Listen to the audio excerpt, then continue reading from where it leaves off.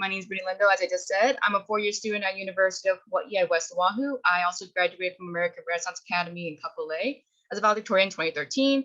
I also hold a bachelor's in fine arts from Chaminade University in interior environmental design from, I can't really see that, from 2019. Certifications for video game writing essentials through EDX, and I'm currently going through certification courses in Unity 2D game design, Blender 3D modeling, and Python coding. My program of study is general creative media, and my concentration is the game development track. So a quick summary over what I'm going to do. I will be going over my plans for the senior capstone next semester, my thesis statement, my objective rationale, and the significance. Okay, so my capstone plans. I am planning a project, an E3 style presentation, if you will. It will include making my own indie game company, game trailers, business system for branding, game demos, social media integration for marketing purposes, a mobile app or website integration, if I have time, that's optional, as well as promotional merchandise like business cards, merch in general. So this is appropriate because it is gauging the interest in retro indie games and the style and how it will survive in the market. Everything I showcase within this project will not only be what I've learned in West Oahu, but giving the project the best possible surviving chance of success through cross-promotion and a variety of marketing routes. So my statement, can a retro style game survive the modern marketplace? Let me explain with the rationale.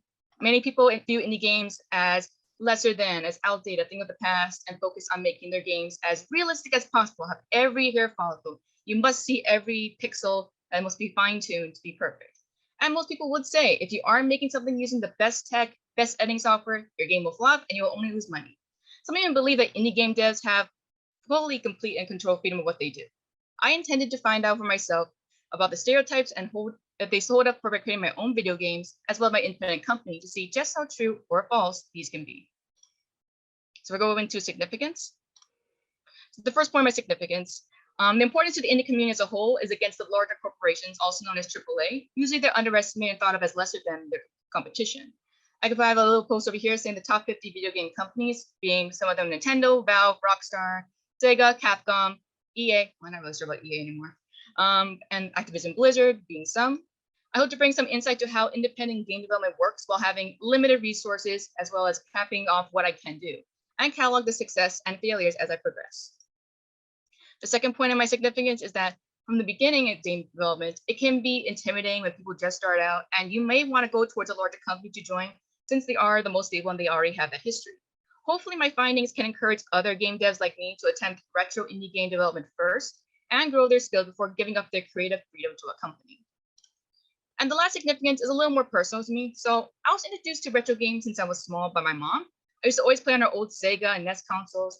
Those are like the memories I still carry today, and that's still games I still gravitate towards. So seeing indie games rise to significance in the past years made me want to create those types of games for myself.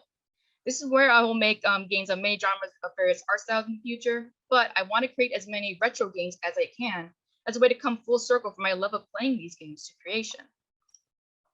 And then I have some data for you guys to see. So in the first graph, we have complexity and price comparison. So this is just the base of what the games will charge. This is like the profit margin. So AAA usually starts at around, let's say $19 minimum, while having minimum complexity, similar to how an indie game will be priced, but this will start at 10.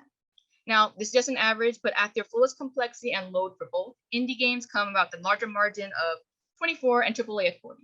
When it comes to profits here, it's kind of easy to see that AAA will have the advantage with their base price margin. However, that does not speak on quality. Some auto game titles today get majority revenue from microtransactions and DLC, traits that indie games usually don't have the budget for. Let's keep that in mind when we think of quality over quantity. It's rare for an indie game to actually ask you to pay for more money after the base price is paid. At your AAA, open your wallet twice. And the second graph here shows how indie games on average do on Steam. Now, let me make sure. Now, it is true that some 50% of indie games on Steam have never made more than 4,000. True, but mostly those games are the ones that don't take much to produce or much money to produce in the first place, so they would still break even or make some profit. However, the top 1% can make over to 7 million. So the median from 4,000 to 7 million is pretty good. It's pretty fluid, pretty flexible. So there is a chance for it to survive and actually progress well. And the three categories it does well in is strategy, simulation, RPG, indie. So that's actually what my game is going to be. It's going to have these three categories in one. So highest chance of success compared to this chart. All right, so we're going to talk about the target audience. Every company needs an audience to connect to, and normally the devs will spread themselves to multiple genres and age groups, depending on what their end product is. If it's mature, you go for mature audiences, teen for teens. It just depends on what your end product will be. But for now, I'm going to downgrade into these 3 segments. So the first is the beginning solo game dev. So like me, like people who are just starting out, people who want to look to see what other game devs are doing. We learn from each other. That's how we get better. That's how we upgrade our skills. The second are gamers who are into the retro game scene and indie scene. Now, this is actually important. This is where the streamers and YouTubers come in. A game dev can reach success if the right people stream their games. This garners interest when people they may not have originally marketed their game towards. Who would say no to free marketing that you don't have to pay for? But of course, there is the downside if the streamer doesn't like your work, but that is what you risk when you make a game and you publish it in the long run. So you got to deal with that regardless. And then the last part of the demographic is the investors. You're going to need money sometimes, and developers and sponsors who are interested in seeing what you can do and where you can grow, they will be willing to give you money for it. This is also within the Kickstarter and fundraising kind of realm. Now, proposed solution to this whole thing. Let's move this over here if I can. I cannot.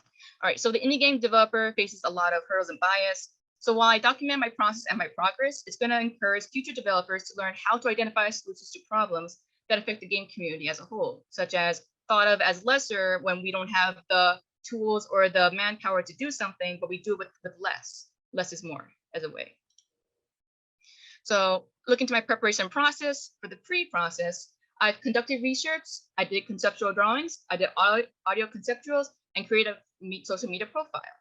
For the production phase, right now, this is where I'm at right now with mixture of production and post. I'm at the mock-up phase, which is currently underway, and during the summer, I plan that the game demo will be finished, either 1 or 2, possibly 3, if I have the energy for it. And the social media will be regularly updated, and the website integration will be passed wire. These are the goals. And by the post, at the end of this, I will have the deliverables complete, and they'll be live in play testing. And I'll also have reviews by my beta testers, who yes, I do have, who will be also finalized as a gauge of interest, as well as what will be fixed. And then I also have some deliverables prepared for you today. And as a quick rundown for the deliverables, I'll be showing, when they're all done, the social media marketing graph, which shows a narrowed-in demographic, the playable demos for testing published on itch.io and Steam, the trailers depicting what consumers will see upon going to the game's associated pages, as this will contain the gameplay, recorded reviews from the beta testers on game check quality. This will also be coupled with any update and patch notes that I will be making in regards to that, an art book showcasing conceptual art and stylistic choices to flip through, and downloadable soundtrack for the game, because everyone likes music. And this is actually one of my first deliverables. If they can show up. Yes, there we go. So this is a trailer, a mock-up I made of my game. The voice actors of this is Logan Bristow, Ray Curtin, Kendall Lopez, and Frey Realm. These are my friends who actually helped voice act this trailer. So I hope you enjoyed. This is 2 minutes and 40 seconds. So. The town of Jahina, home of powerful warriors. Generations of the strongest bloodlines passed down from parent to child. Everyone here brimming with potential. Except that one. Let's move on from that one. But all is not well, for they live in fear of the necromancer and his terrible tome of limbo. Each warrior that has ever been felled becomes the newest addition to his leathery cover. But whom is brave enough to...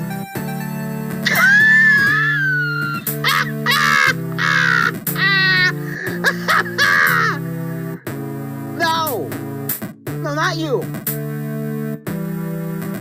Oh, this looks promising. Now, whom is brave enough to... Okay, this is getting silly. Whom is...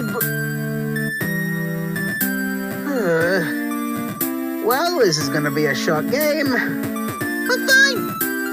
Let's see what you can do. Let me heal your wounds.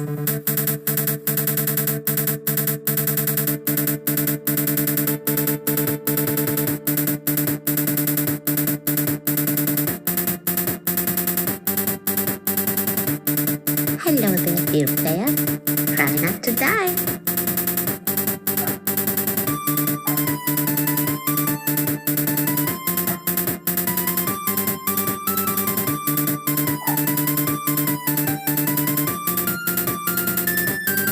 There's merit in trying, but Are you prepared to lose it all?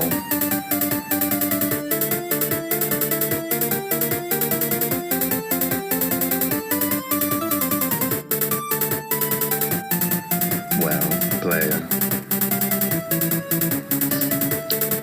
I'll be waiting.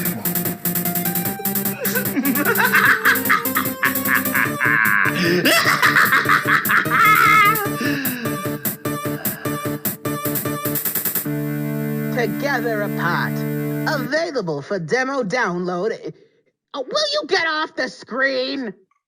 So that's a little sampling of what I plan on doing. It's a sample trailer draft. Oh, God. Okay, no, go on. So then we have the promotional merch examples, which I did prepare. Stickers with company mascot. My company is called Will of the Game Studios. The buttons depicting the game characters, art book display of character sheets and conceptuals, and what is not shown here is business cards with the business systems. If you want to know the size, it's right here. I also have a physical copy right here. And that's it. Thank you.